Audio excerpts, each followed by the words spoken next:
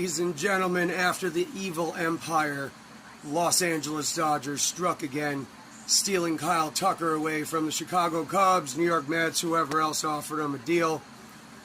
The New York Mets swing back, and they land Bo Bichette. I gotta say, I'm a little less upset about this Kyle Tucker news now than I was last night. While I'm not a Mets fan that's like, oh my God, Kyle Tucker had to come here. Oh, he's so stupid for not coming to the Mets. I disagree. I get why he went to the Dodgers. It's almost a goddamn guaranteed ring. He also got $60 million a year, which makes him $20 million richer per year than Aaron Judge, which I find absurd. Aaron Judge is unbelievable and deserves to rework that contract before this lockout happens next year, because that's probably going to go down. But after losing the bidding war on Kyle Tucker, the New York Mets land a big boy free agent in Bo Bichette, who is clearly one of the best young stars in baseball. Adding him with Juan Soto, Francisco Lindor.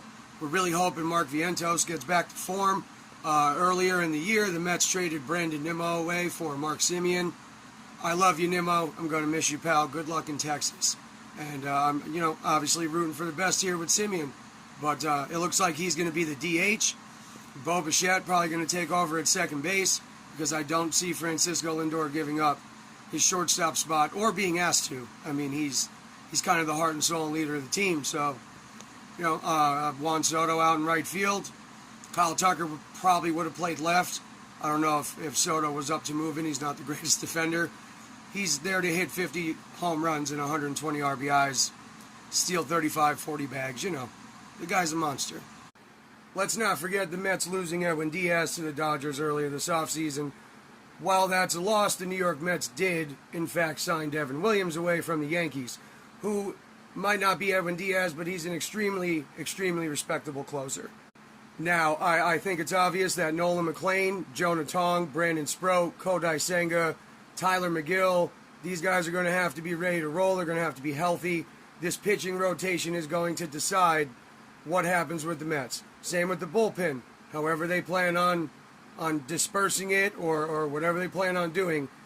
Clearly the Mets hitting was not their problem last year. The pitching was. The pitching falling apart is why they didn't make the postseason. These guys are going to have to lock it down and make things happen.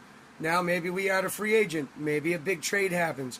Maybe Tariq Skubal doesn't end up with the Dodgers and he ends up with the Mets. I might shed literal tears. But I'm very happy Bo Bichette is a Met. I'm a little less upset about the Kyle Tucker loss. Let's go Mets.